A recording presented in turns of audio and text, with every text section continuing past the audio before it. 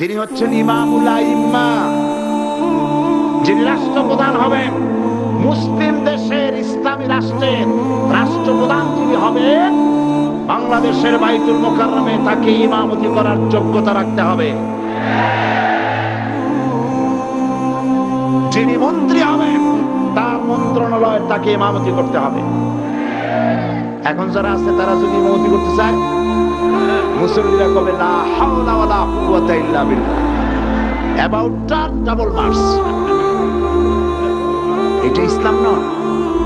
ইসলামের নিয়মই হচ্ছে যিনি রাষ্ট্রের ইমাম তিনি মসজিদের ইমাম। আর রাসূলুল্লাহ তো এমন ইমাম ছিলেন যিনি ইন্তেকালের পর তার জানাজা জামাতবদ্ধভাবে ইমামতি করে কেউ জানাজা পড়ায় না। যেহেতু রাসূলুল্লাহ হচ্ছেন ইমামুল আইম্মা, সমস্ত ইমামদের ইমাম, সেই জায়গায় ইমামতি কে করবে, কার সাহস আছে বুকে? এই জন্য একজন একজন করে জানাজার নামাজ আদায় করছে। সুবহানাল্লাহ। গোটা বিশ্বের রাষ্ট্রপ্রধানরা মুহাম্মদ সাল্লাল্লাহু আলাইহি ওয়াসাল্লাম থেকে আদর্শ নাও। রাষ্ট্রপ্রধান কারে বলে? আমি বলতে চাই, ইতিহাসের পাতার দিকে তাকান। রাসূলের মতো রাষ্ট্র শাসক আল্লাহ আকাশের নিচে জমিনের উপরে আর একজন কি হয়েছে? সুতরাং সেই রাসূলের নেতৃত্বের দিকে তাকাও, কিভাবে রাষ্ট্রটা পরিচালনা করলেন। এই কোরআন হলো সংবিধান। চুরি ছিল না, ডাকাতি ছিল না, ঠিক না? আজ আমাদের দেশে হুঙ্কার মারা এক মন্ত্রী বলছেন মাটির তলা থেকে সন্ত্রাসী খুঁজে বের করব, কিন্তু নাকের ডগার উপরে সন্ত্রাসীর না আছে তা ধরতে পারে না। কি আছে তামাশা? নিজের দলের হলে কোনো অসুবিধা নেই। জাহাঙ্গীরনগর বিশ্ববিদ্যালয় দর্শনের সেঞ্চুরি উদযাপন করলো নিজের দলের সূর্য সন্তানেরা। সেজন্য তাদেরকে গ্রেফতার করা গেল না। কিন্তু ঢাকা বিশ্ববিদ্যালয়ে যেসব ছেলেরা ফজরের নামাজ জামাতে পড়ে, তাহাজ্জুদের নামাজ পড়ে, সেই সব ছেলেদেরকে খুঁজে খুঁজে বের করে পিটিয়ে হাত পা ভেঙে ঢাকা বিশ্ববিদ্যালয় থেকে বের করে দেওয়া হয়েছে।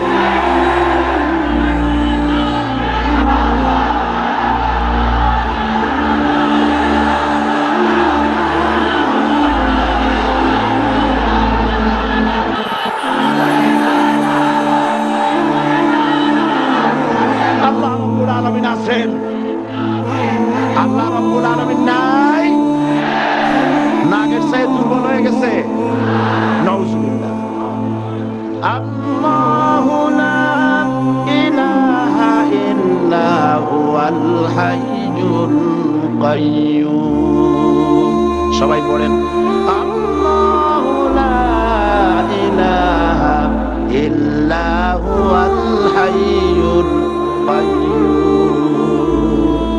তিনি ছাড়া কোনো ইলাহ নাই। তিনি এক এবং একক। তিনি সদা জাগ্রত চিরঞ্জীব। যেমন ছিলেন তেমন আছেন, আর ঠিক তেমনই থাকবেন, ঠিক না? সুতরাং নামাজি ছেলে আর কোরআন পড়ুয়া ছাত্রী হলের ছাত্রীদেরকে যেভাবে লাঞ্ছিত করেছ, নামাজি ছেলেদেরকে যতগুলি পিটান দিয়েছ, ডায়েরিতে লিখে রাখো, সমস্ত পিটানগুলি ফেরত যাবে।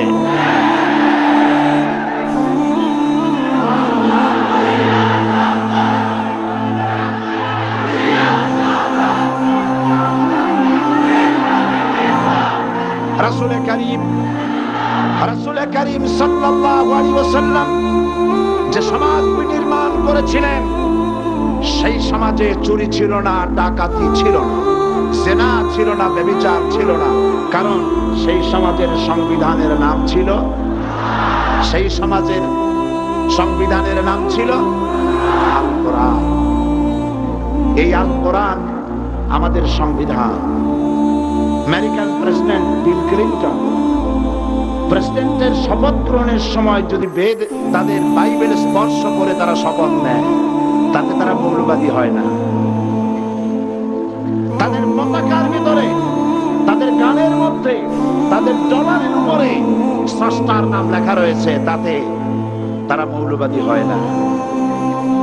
কিন্তু আজ মৌলবাদীর গন্ধ সরকার সর্বত্র খুঁজে বেড়ায়।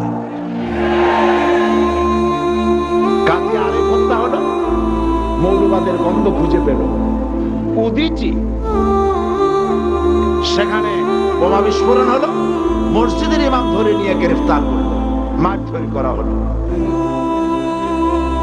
কাদিয়ানীদের উপাসনালয়, সেখানে বোমা পাওয়া গেল, মৌলবাদীদের দরদ। সব মৌলবাদীদের দোষ। বঙ্গোপসাগরের মাছ দরিয়ায় যদি 2 মাসে মাসে ঝগড়া হয়, তাও তারা খুঁজবে মৌলবাদীদের ষড়যন্ত্র। যতই ষড়যন্ত্র করো আর যাদেরকে মৌলবাদী বলো, এসব বলে টলে কোনো লাভ নাই। এই দেশে কালেমার পতাকা উড়বে, তোমরা চোখ মোটা করে তাকায় থাকবে ইনশাআল্লাহ।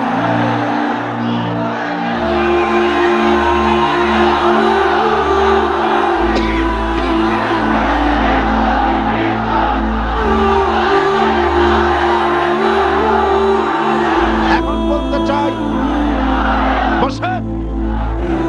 আরে ভাই, কি আশ্চর্য কথা! স্লোগান দেন তা তো ঠিক আছে, কিন্তু দাঁড়াবেন কেন? জোশের চড়ে যদি সবাই দাঁড়ান, তাহলে আমি কি করব? বসে বসে তারপরে কাজ করবেন ইনশাআল্লাহ। জি, তো রাসূল কারীম সাল্লাল্লাহু আলাইহি ওয়াসাল্লাম রিসালাতের উপর ঈমান। আমি আবারও বলি, মিলাদ শরীফ পড়ে, মিছিল করে, জশ্নে জুলুস করে রাসূলের রিসালাতের উপর ঈমানের দাবি পুরো করা যাবে না। এই দাবি পূর্ণ হবে রাসূলুল্লাহ যেভাবে রাষ্ট্র তৈরি করেছিলেন, সেইভাবে রাষ্ট্রীয় ক্ষমতা হাতে নেন, তাহলে সেই হক পুরো হবে। রাসূলুল্লাহ কি করেছিলেন?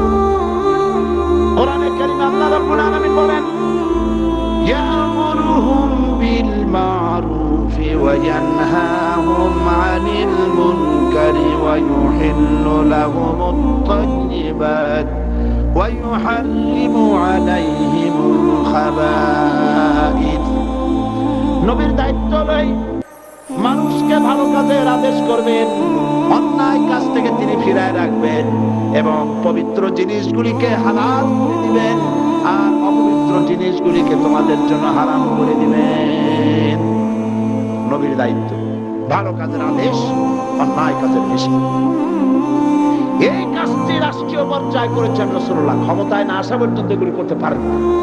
একটা সাফ কথা শোনাবো। রাসূলুল্লাহ মক্কা শরীফে নবী হিসাবে কত বছর ছিলেন? 13 বছর। তখন আল্লাহর ঘরের ভিতরে মূর্তি ছিল না ছিল না? কয়টা মূর্তি ছিল? 13 বছরের ভেতরে রাসূলুল্লাহ সাল্লাল্লাহু আলাইহি ওয়াসাল্লাম আল্লাহর ঘরের মধ্যে 13টি মূর্তির একটি মূর্তিকেও 1 ইঞ্চি জায়গা সরাইতে পারছেন? পারেন না। কিন্তু যখন মদিনা তাইয়্যিবায় যখন এলেন, আজকে রাসূল শুধু রাসূল, একদিকে রাসূল আর একদিকে তিনি একটি দেশের প্রেসিডেন্ট। সুবহানাল্লাহ। আজ রাসূল, যে রাসূল রাতের আধারে হযরত আবু বকর রাদিয়াল্লাহু তাআলা আনহুকে সঙ্গে করে নিয়ে গোপনে ডাইরেক্ট রাস্তা না দিয়ে ঘুরে ভিন্ন রাস্তায় তিনি এসেছিলেন মদিনা মুনাওয়ারায়। আজ সেই নবী একা নন, 10,000 সৈন্য রাসূলের সাথে, 10,000 তরবারির, রূপলী তরবারির চমকে মানুষের চোখ ধীর হয়ে যাচ্ছে, ভয়ে কলিজা গলার কাছে এসেছে। আজকে রাসূল যখন কাবা শরীফ দখল করলেন, কাবা শরীফের ভেতরে প্রবেশ করলেন, মূর্তিগুলো সবখানা ছিল, হুজুরের হাতে একটা লাঠি ছিল। এই লাঠি দিয়ে রাসূল কারীম সাল্লাল্লাহু আলাইহি ওয়াসাল্লাম মূর্তির মাথার উপর আঘাত করলেন আর বললেন, ক্ব জাআল হক ওয়া যাহাকাল বাতিল ইন্নাল বাতিলা কানা যাহুকা। বলো সত্য সমাগত, মিথ্যা হোক অপসৃত। পিটাইয়া সমস্ত মূর্তিগুলিকে রাস্তার বাইরে মুক্তি থেকে চুপচাপ। রাসূল যে মূর্তি ভাঙলেন, আজ সেই মূর্তি আমার দেশে করছে। বিশ্বকবি আল্লাহ ইকবাল বলেছেন, বুত शकन उठ गए बाकी जो रहे बुत कर है, बुत शकन उठ गए बाकी जो रहे बुत कर है, था मेरा हिम पेदर और पेसर आसर है। মুক্তি বিনাশকারী যারা ছিল পৃথিবীতে তারা বিদায় হয়ে গেছে, আর যারা বেঁচে আছে তারা মূর্তি নির্মাণকারী। সে যুগে আজরের পয়দায় ইব্রাহিমের জন্ম হতো, আর আজ ইব্রাহিমের পয়দায় মূর্তি নির্মাণকারী আজরদের পয়দা হতেছে। মুসলমানের কি হয়েছে আমি বুঝি না।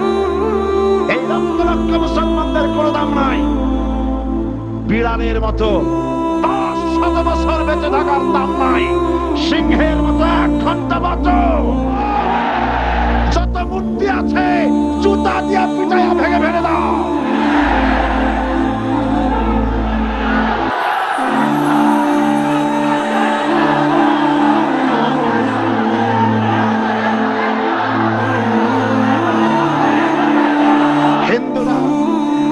হিন্দু খ্রিস্টান বৌদ্ধ তাদের ধর্মীয় কারণে তাদের উপাসনালয় যত খুশি মূর্তি বানাক, ইসলামের কোন আপত্তি নাই। সুবহানাল্লাহ বলবেন না? কিন্তু আমার বাংলাদেশের 12 কোটি তাওহীদি জনতার রেভিনিউ নিয়ে, বাংলাদেশের জনগণের কষ্টার্জিত পয়সা নিয়ে ভাস্কর্যের নামে রাস্তার মোড়ে মোড়ে মূর্তি করার অধিকার কাউকে দেওয়া হয় নাই। এই মূর্তি রাসূল ভেঙেছেন, আর মুসলমান দেশে মূর্তি তৈরি হচ্ছে, আর লক্ষ লক্ষ মুসলমান চুপ করে বসে আছে। ঈমানের কোনো দাম নাই। আল্লাহ রাব্বুল আলামিন বলেছেন নবীর দায়িত্ব হলো ভালো কাজের আদেশ দেবে, অন্যায় কাজে নিষেধ করবে। এটা হলো নবীর দায়িত্ব। এই দায়িত্বটি আল্লাহ রাব্বুল আলামিন রাষ্ট্রকে দিয়েছেন, এটা নবীর দায়িত্ব। এই দায়িত্ব আল্লাহ রাব্বুল আলামিন ব্যক্তিকে দিয়ে দিয়েছেন। হযরত লোকমান তার ছেলেকে ডেকে বলেছিলেন, গত বছর কোরআন শরীফের আয়াত তেলাওয়াত করে সূরা লোকমান তাফসীর করে শুনিয়েছিলাম, মনে আছে কিনা? হযরত লোকমান তার ছেলেকে ডেকে বলেছেন, ইয়া বুনাইয়া আকিমিস সালাত ওয়া আমুর বিল মারুফি ওয়া নাহা আনিল মুনকার ওয়াসবির আলা মা আসাবাক ইন্না যালিকা মিন আজমিল উমুর।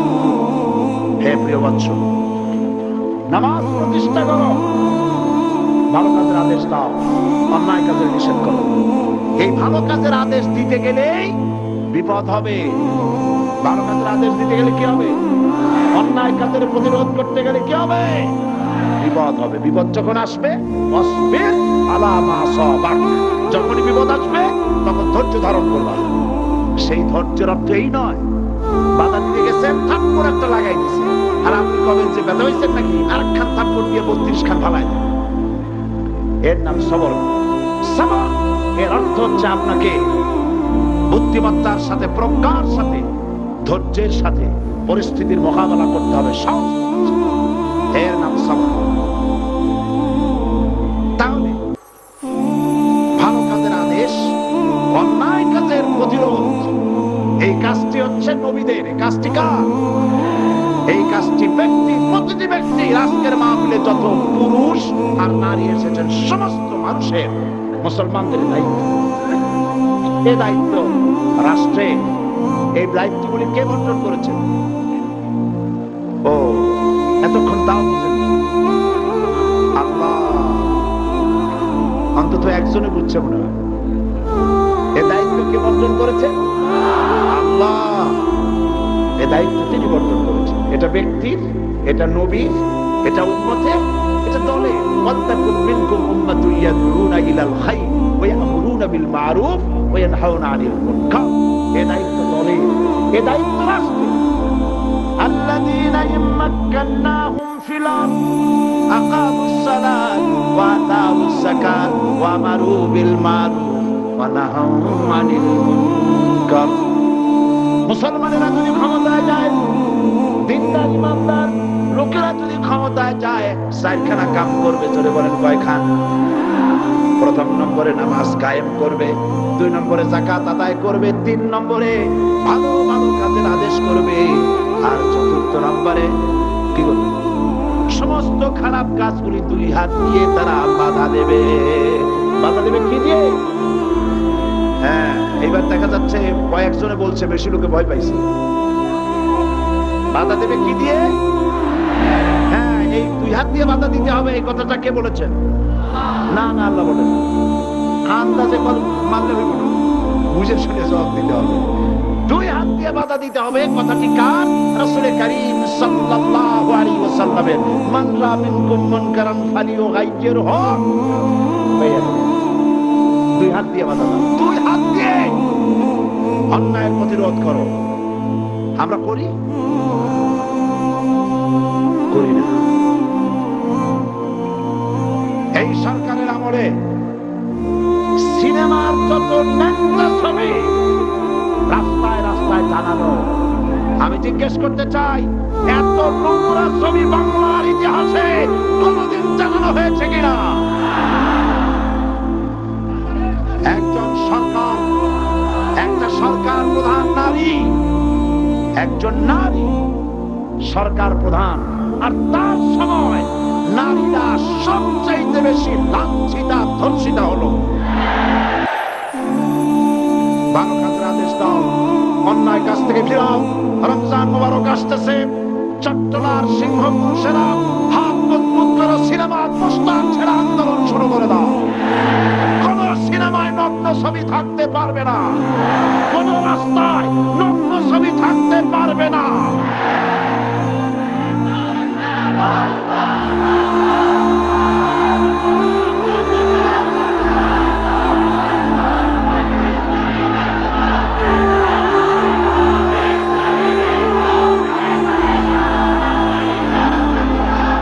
আপনি বলবেন জনগণকে ভালো হওয়ার জন্য, চরিত্রবান হবার জন্য ছেলেরা চরিত্রবান থাকবে কেমনে?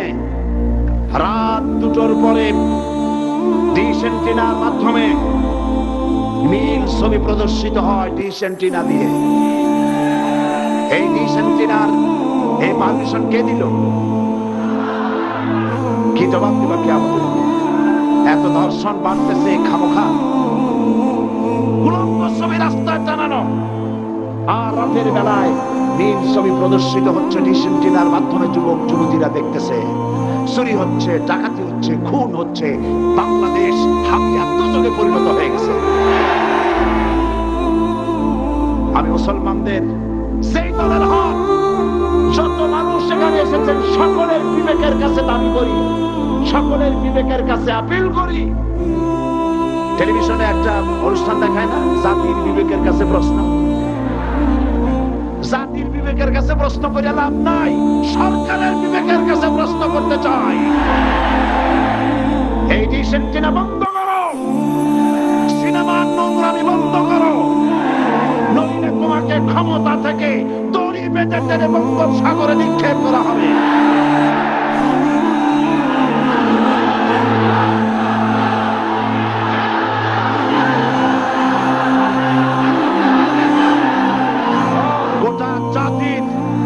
গোটা জাতির চরিত্র নষ্ট করা হচ্ছে। আপনারা যদি ঘুমায় থাকেন, জাতিকে বলছি, যেই দল করেন, আপনি যদি ঘুমায় থাকেন, আপনার ঘরের ভিতরে আপনার সন্তান ধর্ষক হবে, আপনার মেয়ে নষ্ট হবে, ভ্রষ্ট হবে। গোটা জাতি ইউরোপ আমেরিকার চাইতে নোংরামি, নষ্টামি, ভ্রষ্টতার ভিতরে ডুবে যাবে গোটা দেশ। এখনো সময় এসেছে, রুখে দাঁড়াও, রুখে দাঁড়াও। ইমান বাঁচাবার লক্ষ্যে, দেশ বাঁচাবার লক্ষ্যে। ও আমার জাতি, ফিরে এসো, ইমানের বলে বলিয়ান হও। ইন্না কায়দা শায়তান কানা দাঈফা। শয়তানের চক্রান্ত আসলেই দুর্বল। বাড়িওয়ালার শক্তি বেশি না চোরের শক্তি বেশি? আপনারা বাড়িওয়ালা,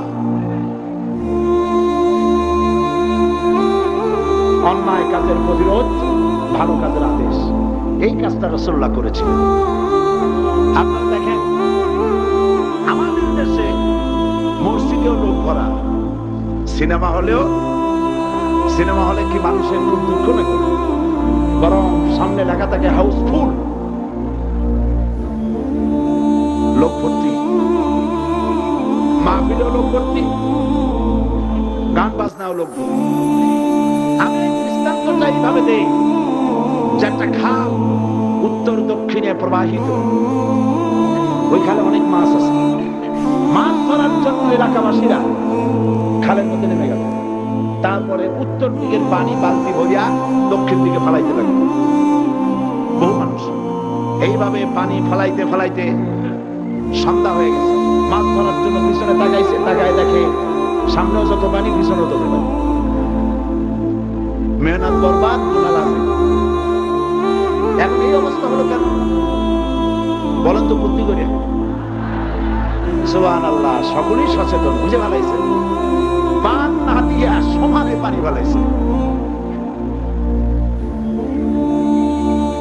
আজকে যদি একটা আদর্শিক বাঁধ আমাদের থাকতো, তাহলে মসজিদ ভরা আর সিনেমা ভরা এটা হইত। আদর্শিক বাঁধ হলো ইসলামের রাষ্ট্র। ইসলামের রাষ্ট্র যদি হতো, তাহলে সিনেমার ছেলেরা, সিনেমা যারা দেখে, ওরা ভালো হয়ে হয়ে মসজিদে ঢুকতো। আর মসজিদের মানুষ কোন রকম সিনেমায় যেত না। যত খারাপ ভালো হতো, যত খারাপ তত ভালো হতো। হতে হতে উত্তর দিকে তাকায় দেখা যেত খারাপ একটাও নয়, সব ভালো হয়ে গেছে। রাসূলুল্লাহ এটাই করেছেন, আল্লাহর নবীরা এটাই করেছিলেন। এবং এই পদ্ধতি দিয়ে ওই আমরুহুম বিল মারুফ ওয়া ইয়ানহাহুম আনিল মুনকার, ভালো কাজের আদেশ করতেন, অন্যায় কাজ থেকে দুই হাতে ফিরে হাত দিয়ে বাধা দিতেন। ফিরতে হবে। আজকে এই কাজটি করার পর রাসূল করিম সাল্লাল্লাহু আলাইহি ওয়াসাল্লাম তার যুগে 10 বছর এটার উপরে শাসন করলেন। আল্লাহ পাক বলেছেন এই কাজটা করলেই তোমরা মুক্তি পাবে, কল্যাণ পাবে।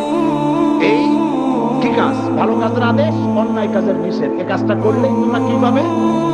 কল্যাণ পাবে। তোমাদের রাষ্ট্র কল্যাণ রাষ্ট্রে পরিণত হয়ে যাবে। ওয়াদা কা। এবার দেখেন 10টি বছর নবীজি রাষ্ট্র পরিচালনা করার পর ইন্তেকাল করলেন। হযরত আবু বকর রাদিয়াল্লাহু তাআলা আনহু তিনি আজ রাষ্ট্রপ্রধান হয়েছেন। হযরত আবু বকর রাষ্ট্রপ্রধান হয়ে হযরত ওমর রাদিয়াল্লাহু তাআলা আনহুকে তিনি বিচারক বানালেন। হযরত আবু বকর হচ্ছেন রাষ্ট্রপ্রধান, হযরত ওমর হলেন কি? বিচারক। 1 বছর পূর্ণ হয়ে গেছে। ঐতিহাসিকরা লিখছেন, লক্ষ্য করুন, আমরুল বিল মারুফ নাহি আনিল মুনকারের সুফল লক্ষ্য করুন। হযরত ওমর 1 বছর বিচারালয় দায়িত্ব পালন করলেন জাস্টিস হিসেবে। ফালাম ইয়াখতাসিব ইলাইহি ইসনান। ঐতিহাসিকরা লিখছেন 1 বছর পূর্ণ হয়ে গেল হযরত ওমরের আদালতে 2 জন লোক এমন আসলো না যে একজন আরেকজনের বিরুদ্ধে কোনো মামলা দায়ের করেছে। সুবহানাল্লাহ, কই ইচ্ছে করে না? এমন একটা লোক এসে একটা মামলা দায়ের করে নাই। পৃথিবীতে কি কোনো দৃষ্টান্ত আছে যে 1 বছরের মধ্যে কোনো মামলা দায়ের হয় না? হযরত ওমর আবু বকর রাদিয়াল্লাহু তাআলা আনহুর কাছে এসে বলছেন, মা হাজাতা বি ইনদা কওমিল মুমিনিনা ইয়া খলিফাত রাসূলিল্লাহ সাল্লাল্লাহু আলাইহি ওয়াসাল্লাম। হে রাসূলের খলিফা, এই কওমের জন্য বিচারপতির দরকারটা কি? তিনি জিজ্ঞেস করছেন, লিমাযা, কেন তুমি আমাকে এই প্রশ্ন করছো? তিনি শোনালেন যে আমার কাছে 1 বছর হয়ে গেল, একজন লোক এসে মামলা দায়ের করে নাই। হযরত আবু বকর বলছেন, এর কারণ হিসেবে তুমি কি মনে করো? কি কারণে তোমার কাছে কোনো বিচার আসলো না, একটা মামলাও দায়ের হলো না 1 বছরে? কারণটা কি? এবার শুনেন, কারণ বলছেন, কে বলতেছেন কারণটা? ওমর ফারুক রাদিয়াল্লাহু তাআলা কারণ বলছেন। কারণ কি? তিনি বলছেন, ও আমিরুল মুমিনিন, কওমের বিচারক বানিয়েছো, যে কওমের দ্বীন হচ্ছে দীনুহুমুন নাসিহা, যে কওমের দ্বীন হচ্ছে কল্যাণ কামনা করা। প্রত্যেক ব্যক্তি আরেকজনের কল্যাণ কামনা করে, কেউ শত্রুতা কামনা করে না। আজকে তা কি আমরা করি? আমি এক দল করি, আর এক দল সহ্য করি না। একজনে মিটিং করে, ওই জায়গায় আর একজন মিটিং করে। একজন রাজনীতি করে, তার রাজনীতি সহ্য হয় না বলে 5 ট্রাক ময়লা ফালাই দিয়ে আসে। সে যুগে তারা কল্যাণ কামনা করে, আর আজকের যুগে কি করে? কল্যাণ কামনা করে। অমুকের কল্যাণ খুলে নেব আমরা। এখন কল্যাণ কামনা করা হয়, আর তখন কল্যাণ কামনা করা হতো। দীনুহুমুন নাসিহা ওয়া মানহাজুহুমুল কুরআন। এই জাতির মানহাজ, তাদের উদ্দেশ্য, তাদের লক্ষ্য, তাদের কনস্টিটিউশন, তাদের সংবিধান হচ্ছে কি? আল কুরআন। ওয়া আমালুহুম আল-আমরু বিল মারুফ ওয়া নাহয়ু আনিল মুনকার। আর এই কওমের কাজ হচ্ছে আমল, তাদের কাজ হচ্ছে ভালো কাজের আদেশ করে বেড়ানো, আর যার সামনে অন্যায় হয় 2 হাতে বাধা দিয়ে অন্যায় ফিরায় দেয়। সুবহানাল্লাহ। ওয়া আমালুহুম আল-আমরু বিল মারুফ ওয়া নাহয়ু আনিল মুনকার। এখানেই শেষ নয়। ওয়া আমিরুল মুমিনিন, আপনি আমাকে এমন এক কওমের বিচারক বানিয়েছেন, যেই কওমের জনগণের অবস্থা কি জানেন? গিয়ে হাজির হয়, ভাই কেমন আছেন, আল্লাহ আপনার ভালো করুক, হাতে মুখে হাত বুলায় দেয়, মাথায় হাত বুলায় দেয়। এই শুশ্রূষায় পারো না, ওষুধ ভালো হয়ে যায়।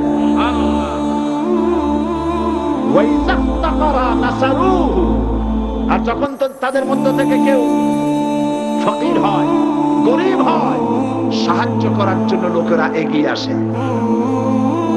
50 টাকার দরকার, 2000 টাকা চলে আসছে।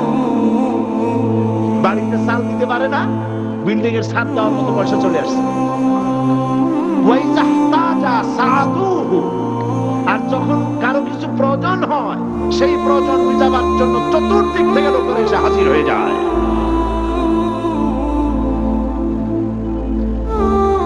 কুল্লু ওয়াহিদিন মিনহুম ইয়ারিফু হাদ্দাহু ফায়াকিফু ইনদাহু।